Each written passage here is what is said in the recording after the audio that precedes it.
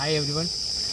നമ്മുടെ world cup 2026 അടുത്തൊരു വീഡിയോയിലേക്ക് നിങ്ങൾക്ക് ഏവർക്കും സ്വാഗതം. നിങ്ങൾ ഈ ചാനൽ ആദ്യമായിട്ടാണ് കാണുന്നതെങ്കിൽ സബ്സ്ക്രൈബ് ചെയ്യുക. അപ്പോൾ ഗ്രൂപ്പ് ബിയിൽ എന്താണ് നടക്കാൻ പോകുന്നത് എന്ന് നമുക്ക് നോക്കാം. ഗ്രൂപ്പ് ബിയിലുള്ള ടീമുകൾ കാനഡ, ബോസ്നിയ, സ്വിറ്റ്സർലാൻഡ് ആൻഡ് ഖത്തറാണ്. അപ്പോൾ ഈ ടീമുകൾ എവിടെയാണ് കളിക്കുന്നത്, അങ്ങനത്തെ കാര്യങ്ങളൊക്കെ നിങ്ങൾ ബാക്കിയുള്ള വീഡിയോകളിൽ ഒരുപാട് വീഡിയോകളുണ്ട്, അതിലോട്ട് ഞാൻ പോകുന്നില്ല. പക്ഷേ മാച്ചിൽ എന്താണ് നടക്കാൻ പോകുന്നത് എന്നുള്ള ഒന്ന് രണ്ട് കാര്യങ്ങൾ ഞാൻ പറയാം. നമുക്ക് ഈ ഗ്രൂപ്പിൽ ഏറ്റവും സ്ട്രോങ് ടീമെന്ന് പറയുന്നത് സ്വിറ്റ്സർലൻഡാണ്. സ്വിറ്റ്സർലൻഡ് കഴിഞ്ഞ യൂറോ 2024 നല്ല പ്രകടനമായിരുന്നു. ക്വാർട്ടർ ഫൈനലിൽ അവർ ഇംഗ്ലണ്ടിനെതിരെ ആണ് തോറ്റത്. അതിന് മുമ്പ് നല്ല പ്രകടനമായിരുന്നു പറഞ്ഞത്. ഇറ്റലിയെ അവർ അടിച്ചിട്ടാണ് അവർ പോയത്. പിന്നെ ഈ റീസെൻ്റായിട്ട് ഈ വർഷം നടന്നൊരു മത്സരത്തിൽ മാർച്ചിൽ അവർ 3-4 ജർമ്മനിക്കെതിരെ 3-4 ആയിരുന്നു സ്കോർ. സൂപ്പർ മാച്ചായിരുന്നു. അതുപോലെ തന്നെ സ്ട്രെങ്ത് എന്ന് പറയുകയാണെങ്കിൽ വളരെ കമ്പോസ്ഡ് ആയിട്ടുള്ള അറ്റാക്കാണ് അവരുടേത്. അതാണ് അവരുടെ സ്ട്രെങ്ത് എന്ന് പറയുന്നത്. അവർ ധൃതി വെച്ച് അറ്റാക്ക് ചെയ്യുന്നില്ല. ബോൾ ഹോൾഡ് ചെയ്ത് വളരെ പതിയെ ഒരു ടെമ്പോ ഹോൾഡ് ചെയ്ത് ടെമ്പോ കൺട്രോൾ ചെയ്ത് കളിക്കുന്ന ഒരു ടീമാണ്. പിന്നെ രണ്ടാമത്തെ മെയിൻ ടീം എന്ന് പറയുന്നത് ഇപ്പോൾ സ്വിറ്റ്സർലൻഡ് നോക്കിക്കഴിഞ്ഞാൽ 19ാമത്തെ റാങ്കിങ് ആണ്. പിന്നെ രണ്ടാമത്തെ മെയിൻ ടീം എന്ന് പറയുമ്പോഴത്തേക്ക് അത് കാനഡയാണ്. കാനഡ 30ാമത്തെ റാങ്കിങ്ങിലാണുള്ളത്. 3 റാങ്കിങ് താഴേക്ക് പോയി 30ാമത്തെ റാങ്കിങ്ങാണുള്ളത്.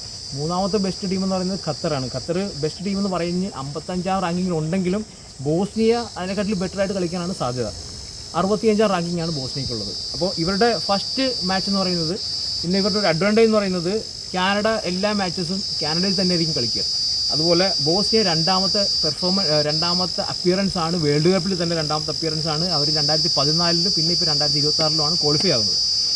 പിന്നെ ഇവരുടെ ജൂൺ 12-നും 13-നുമാണ് ഇവരുടെ ഫസ്റ്റ് മാച്ചസ് നടക്കുക. അതിൽ കാനഡ ബോസ്നിയ മാച്ചാണ് ഫസ്റ്റിലെന്ന് പറയുന്നത്. അതിൽ കാനഡ എന്തായാലും ജയിക്കും. ഏറ്റവും കുറഞ്ഞ 2-0 ജയിക്കും.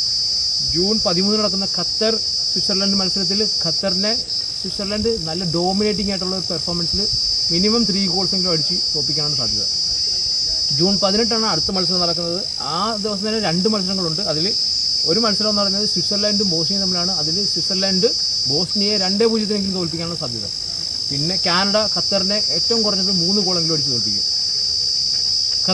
വേൾഡ് കപ്പിൽ ഗോൾ ഒരെണ്ണമെങ്കിലും അടിക്കുമോ എന്നുള്ള കാര്യത്തിൽ സംശയമുണ്ട്.